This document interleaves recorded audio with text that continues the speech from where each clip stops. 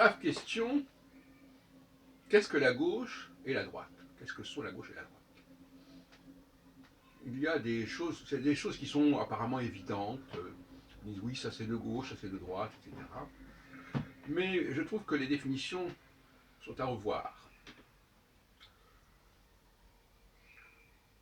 Pour moi, être de gauche, c'est être dans le processus que j'appelle unitaire. C'est-à-dire vouloir croire que l'idéal, c'est l'unité. Bon, au niveau astrologique, puisque malgré tout, je m'inspire et je suis inspiré par ce modèle, et encore ce modèle est-il redéfini par mes travaux sur ce sujet, donc ce n'est pas l'astrologie telle qu'elle est actuellement qui m'inspire. Donc c'est une espèce de dialectique assez mutuelle en quelque sorte. Et il y a des moments où la société est dans le déni de la différence. Et ces moments-là, c'est le tempérament de la gauche. La gauche est dans le déni. C'est-à-dire qu'elle dit les différences n'ont pas de légitimité. Aucune. Y compris la différence entre l'homme et la femme d'ailleurs. Toute différence est en quelque sorte illégitime.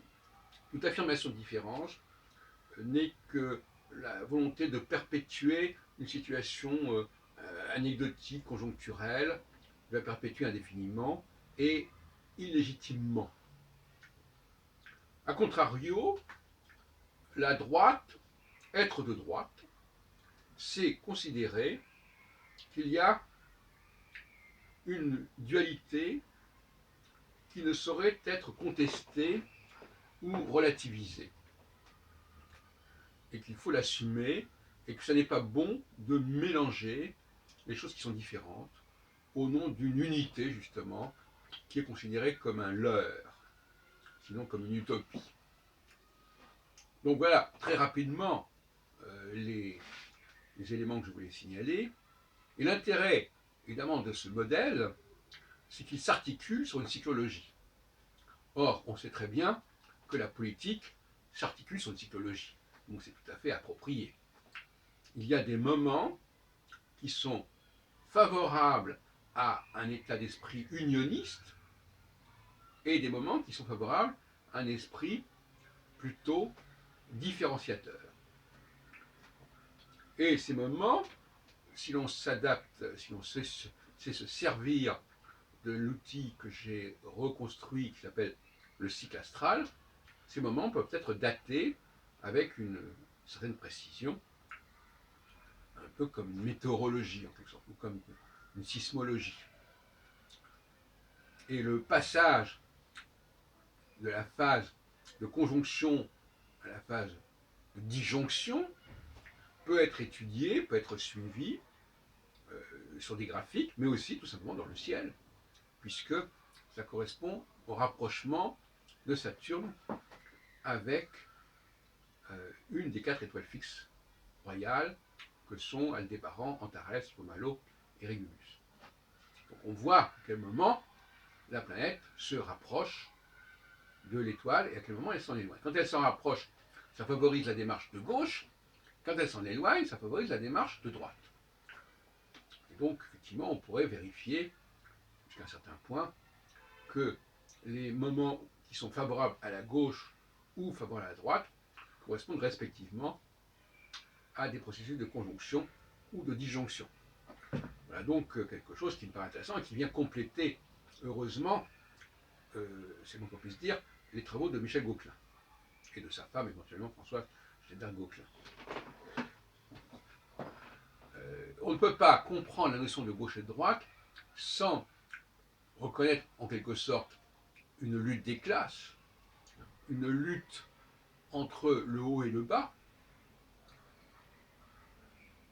avec des fonctions, des responsabilités différentes, mais d'une manière générale, ne caricaturons pas, la gauche, c'est simplement la volonté d'unité. On veut unifier, y compris les immigrés, les femmes, les étrangers, tout ce qui existe, à la limite, on est dans l'universel, on est dans dans la science, dans la nature, il y a une sorte de volonté unitaire qui évidemment est justifiée par certains travaux en physique, où effectivement tout est atome, tout est particule, etc. Mais qui ont tendance à être plutôt scientiste en quelque sorte. C'est-à-dire, l'humanité n'est jamais qu'un élément de l'ensemble de l'univers. Et donc quelque part, cette démarche-là correspond à une sorte de paganisme par certains côtés, n'est pas en accord avec une forme de religion, avec tout ce que ça implique. C'est pour ça que la religion est plus du côté, avec cette conscience du haut et du bas, de la création, il y a une genèse, plus du côté de la droite que de la gauche. Et je terminerai par des réflexions d'ordre théologique en disant que d'une certaine manière,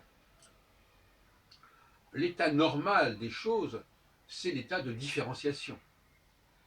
Et que la volonté de dépasser cet état normal de distinction et de dualité pour aboutir à une unité est quelque chose d'utopique qui peut à certains moments être en quelque sorte qui peut aboutir, qui peut réussir si la phase s'y prête, mais ce sont des moments qui ne sont que des parenthèses en quelque sorte. Ce ne sont que des parenthèses quand il s'agit d'unifier. Et à ce sujet,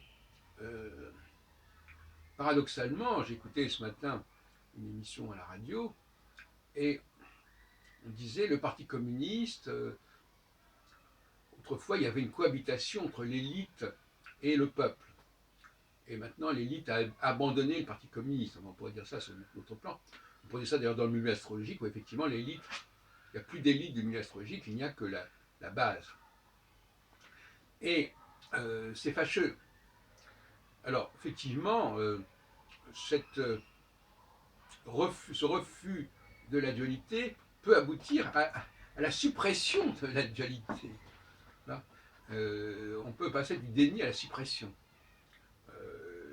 C'est encore plus simple. Pour dire que les choses sont une, on va dire qu'elles sont fondamentalement et ontologiquement une. Donc, au lieu de dire que c'est quelque chose qui se construit sur la dualité, sur la diversité, et que cette diversité, elle est de toute façon là, et qu'elle reviendra, et qu'elle peut réapparaître nécessairement cyclique, on va quand même nier cette dualité. Par exemple, nier la lutte des classes. Et qui sont les gens qui nient la lutte des classes? Ce sont les gens de droite, justement. Mais c'est plus compliqué que cela, parce que, bien sûr, les gens vous diront, oui, mais la droite aussi, elle veut unifier. Mais elle veut unifier à sa façon. Il y a des gens de droite qui sont, en fin de compte, des gens de gauche. C'est plus compliqué que cela. Les gens de droite qui parlent d'unité radicale de la société, ce sont en réalité des gens de gauche. Et les gens de droite qui parlent d'une différenciation entre les différents groupes sociaux sont des gens de droite. Donc effectivement, il peut y avoir des chiffres comme ça, des confusions qui peuvent se produire et qui font que ça brouille les pistes. Mais néanmoins, je crois que le modèle que je propose reste fondamentalement utile et je vous demande de le considérer, même si, alors vous pouvez très bien ne pas tenir compte de mes réflexions sur l'astrologie et dire, bon, mais en toute façon, même si on n'accepte pas mes réflexions sur l'astrologie, il reste qu'on a une typologie qui est intéressante et que l'on peut prendre comme elle est.